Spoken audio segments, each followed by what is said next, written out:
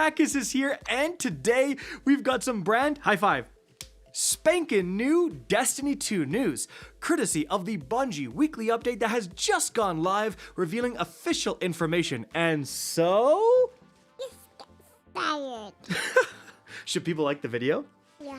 Okay. And then I got listen. You want to go listen to it? Yeah. Alright, now first things first, what's been going on this week with Destiny 2? Well, on the Tuesday weekly reset, the brand new Call to Arms event went live, and the Destiny 2 community is not happy specifically with one of the features of this event. Now, I should say, in fairness, this event does have some cool features that people do enjoy. For example, the event track is actually pretty juicy. The holofoil weapons in there are tier 5. In addition, you can get like a finisher. The final reward is an exotic weapon ornament that you can get all this stuff for free. It's day 2 and I'm already, I think, like near level 20 of the level 40 seasons pass, so very doable to get through all of that in the 2 weeks that it's out. So that's pretty cool. You're also getting a ton of bonus rewards. I went in yesterday. I'll actually film going in today. I'm getting 4 tier 5s from the free daily bonus chest every single day after reset, like just for free. Not doing anything. Now, it says that these are supposed to be connected to your overall like challenger points, but I got 4 when I first opened it with 0 challenger points. So I don't know exactly how that system's working, but I'm getting a ton of loot just for free by opening this chest every single day. On top of that, you also have some bonus engrams dropping from specific activities. So if you're just running Proving Grounds, you're getting guaranteed 4 powerful drops every single run. So if you can make that efficient, you're going to be leveling up really fast. In fact, someone I was playing with, for when it released, hadn't been playing in a while, they were 413. By the end of the day, they were 439 just from playing Call to Arms stuff. So what are people mad about? Well, it mainly has to do with the scoring portion of this event. So, as you can see right here, there's an entire tab of the event page dedicated to showing how much score you got in these different featured activities compared to other players. And if you get in the top 10%, top 1% of players, you get a ton of challenger points, which will give you very exclusive cosmetics. And especially this universal helmet ornament, a lot of players want this. Well, what's the problem? It turns out that your level is probably like the biggest factor in how much score you're going to get. Let me give you an example. So I played a Heliostat exotic mission, and I was like 485 power with the build I was using. I was thinking, well, I'm above that 470 cutoff to where you're most effective in ultimate difficulty, which we were playing. My teammate was max power. He was 550 power. So in the same mission, with the same modifiers, with the score being split evenly between players, like our performance was roughly the same. Turns out I got 1,900,000 score, and my max power teammate got 2,500,000 score. Dude, over 500,000 score for just being a higher power. There is no other factors at play here. He's in the same game, same modifier, everything is the same. It's just power that's giving him a massive score boost. And so like I tweeted out, hey guys, like there's literally no reason to be going for these top scores unless you're at or near max power.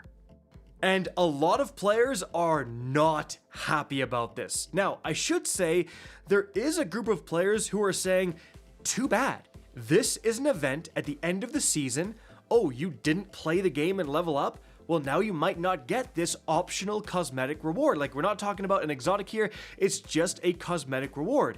It's rewarding players who stuck with the game and reached max power, right? That is what some people are saying, but I think the majority of people are definitely more upset with this. And I think overall, like, I can understand having some level advantage, right? If it was a 5% bonus, and then so maybe if you were a really skilled player, you could still outscore a max level player because you're able to do it with more difficult modifiers or quicker or something, but it's such an overwhelming bonus that it's like really, again, making you have to get to max level before trying to do these scores. Additionally, I think we all kind of expected, hey, yeah, maybe there's going to be some light level advantage because you have to unlock the ultimate difficulty as you level up. Like, you have to be 450 to get the ultimate difficulty, right? But then the fact that there's like additional bonuses for going up to 550, like, what is the point of that? And also, I think the main thing is that Bungie didn't say anything about this. Like, you can be arguing back and forth with the players like, hey, play the game more. Hey, this is unfair. But at the end of the day, Bungie said, you know, go forth and put on your modifiers and get your top score. And they didn't say anything about, oh, by the way, level is a huge factor. And if you're not near max level, you're going to have no chance with the scoring system. So I think, honestly, Bungie's lack of communication caused the majority of these problems here. Like, I don't know why they couldn't mention it. They announced this like 3 weeks before.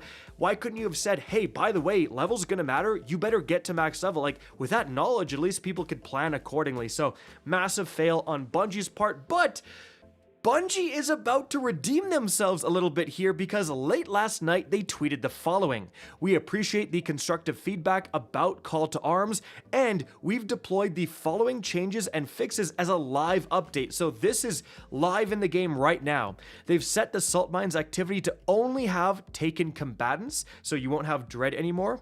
Then they've removed the Cutting Edge as a requirement in all Crucible modes to invite further build crafting. So it's not like that featured Cutting Edge mode anymore, I believe. They've fixed zone control on not recording a player's higher scores. They fixed an issue where the Iron Banner quest was overriding the Call to Arms quest. And then here's the important part: more improvements are planned for an upcoming live update. So this will likely arrive, you know, in the Tuesday weekly reset in the coming week. So they say they're going to remove power multipliers as a scoring factor in PvE and PvP activities. This means that players at 500 power can earn the same scores as those at 550 power if they execute properly within the activity. So that's the big thing. Now, a lot of people are saying, this is very good, thank you, awesome. A bunch of people are also saying, well, you've just moved the goalpost, but like, now you still have to be 500 to get these max scores. I'm not sure if they use that as just an example, or that's the literal case that you have to be 500 now. Theoretically, you might only need to be 470 to, again, be at max effectiveness in that ultimate difficulty. Because ultimate difficulty has certain modifiers that only that difficulty has access to, you're gonna have to get to ultimate difficulty. Like, you're gonna have to level up somewhat to get to ultimate difficulty, and that's kind of what I think a lot of people expected.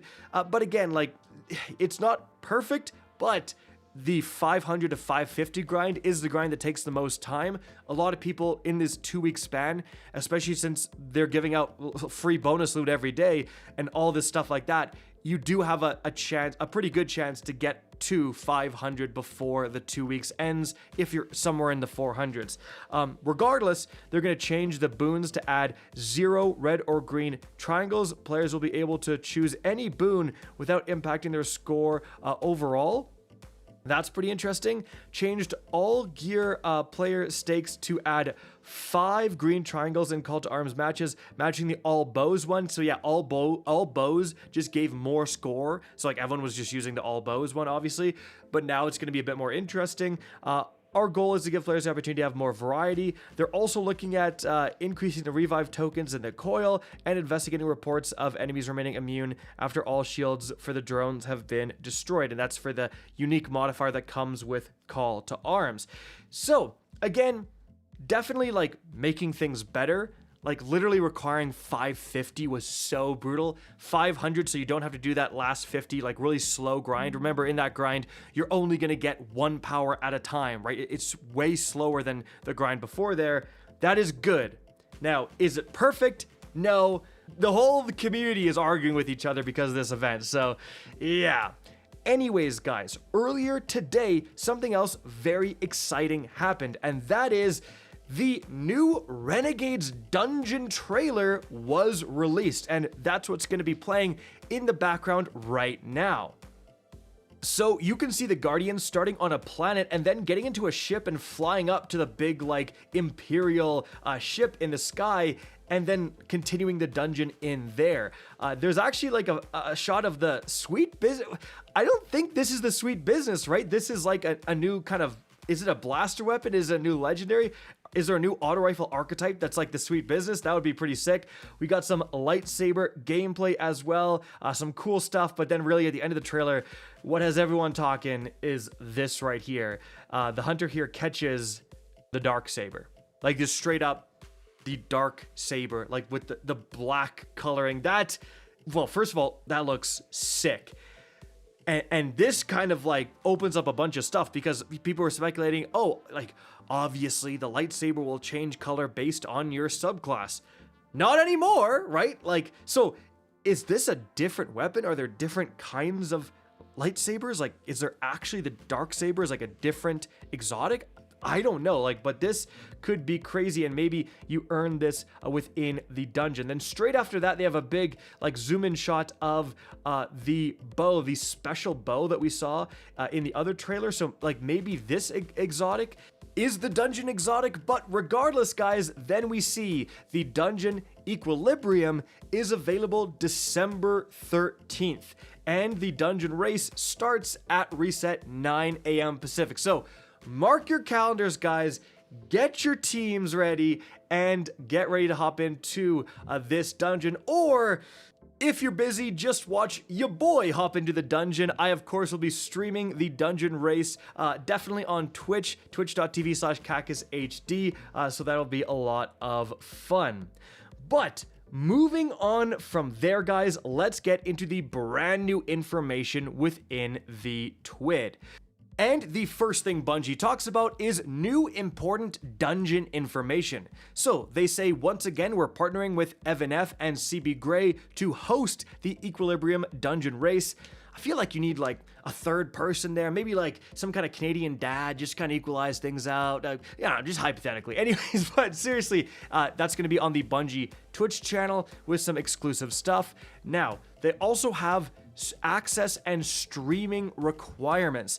So they say, with the Equilibrium dungeon race approaching, we want to make sure players are aware of our updated streaming guidelines required to qualify for Worlds First, which we implemented in the Desert Perpetual Epic race. So at least one fireteam member must stream the full duration of the activity, and this stream must be on YouTube, Twitch, or Bilibili. Then the stream must be set to video on demand, so VOD. If the fireteam member wants to hide portions of their screen, they must use an overlay provided by Bungie, so instructions will be accessible, they're going to give it out later, or use their own version that blocks the designated areas provided in our overlays. So yeah, the fireteam member who streams cannot black out or hide their screen or a portion of the screen outside of the provided overlay. Game audio must be on at all times, but you can mute your voice, and the streaming team member must fill out a form before the launch. So essentially, this is like for two things. To make the streaming ecosystem better. I mean, it was super cringe when people would black out their entire screen, and it just was not a good viewing experience. I understand why people did it, because it gave them a huge advantage, but yeah, it was just not fun to watch. Secondly, for cheaters, right? Like, we had so many cheaters in Desert Perpetual. This will absolutely make sure that at least Worlds First is not given to a cheater, because you have access to their entire VOD, and if one of their teammates whips out the Xenophage with the catalyst, if you know what I'm saying, then they'll know, hey, something's up. But overall, you know, kind of unfortunate that we don't have the old days of like a random team would just show up and maybe even clutch Worlds First, and you've never heard of them. They're just like had the match of their lives and no one's streaming, and it's just kind of a cool thing. So, well, I guess those days are over. Anyways, They also have Dungeon Zone live stream details, just whatever. Okay, so here is some interesting things. They're introducing Vanguard alerts. So they say, hey there, Guardians, engagement team here with a new feature aimed at reigniting a Destiny 2 ritual. Say hello to Vanguard alerts coming in week 2 of Renegades. So, Vanguard alerts allow you and your fire team to complete a range of activities available to players at all skill levels for rewards that will help you progress in the game. Activities include different playlists, our new Grandmaster Vanguard alert, and the Desert Perpetual raid, as well as the upcoming Renegades dungeon. Vanguard alerts should feel similar to the Vanguard Ops playlist and Grandmaster Nightfalls of old. Certainly, you know, a lot of people have been complaining that Grandmaster Nightfalls went away. That was like a fun thing to look forward to every season. The goal was to bring back the feeling of logging into Destiny 2 for the week and immediately knowing what activities to start with and get you and your fire team that good loot, giving you an opportunity to have fun while building up to harder activities. So for the activities, they say to complete Vanguard alerts, open the seasonal hub and go to the new Vanguard alerts tab. You can view the playlist and activities for the week, see the rewards, and view the activity challenges. They rotate weekly, so every week should feel like a new challenge is awaiting you and your friends. So they say Vanguard alert, Arena, Vanguard alert, and Crucible. So these playlists contain a set of activities including the new 6-player PvE Arena Ops that are fast, uncomplicated to complete, and have preset modifiers. These are the best place for players that just want to relax and play some PvE while earning some great rewards. So that's kind of, they breezed by that. New ops, Arena Ops, 6-player activities. So now there's going to be solo, fire team, Pinnacle, Crucible, and Arena Ops as like a new option on the portal. That's kind of interesting. So for the Grandmaster Vanguard alert, these are more difficult activities where you and your fire team can test your mettle and your newly acquired rewards and power level. Rotating weekly, Grandmaster Vanguard alerts should take slightly longer and offer greater rewards for your time and effort, as they are harder than the usual Grandmaster's difficulty you found elsewhere in the portal. Think of them as the Grandmaster Nightfalls of old. And we actually have a screenshot of this where you have the Sunless Cell here, and actually the bonus just has like a little icon says it's a surprise, so that's kind of interesting. But yeah, like these are going to be kind of the return of Grandmaster Nightfalls, hopefully, right? It's going to be interesting to have these. It seems like you're going to have no control over what this is, right? Whereas Grandmasters, you had the Grandmaster node, right? These are just going to be, you're at the mercy of the week, which I kind of like. Like, maybe this is an unpopular opinion, but like, I kind of liked where it was like, this is the Grandmaster for the week. This is what you have to do for this week if you want like whatever reward is dropping.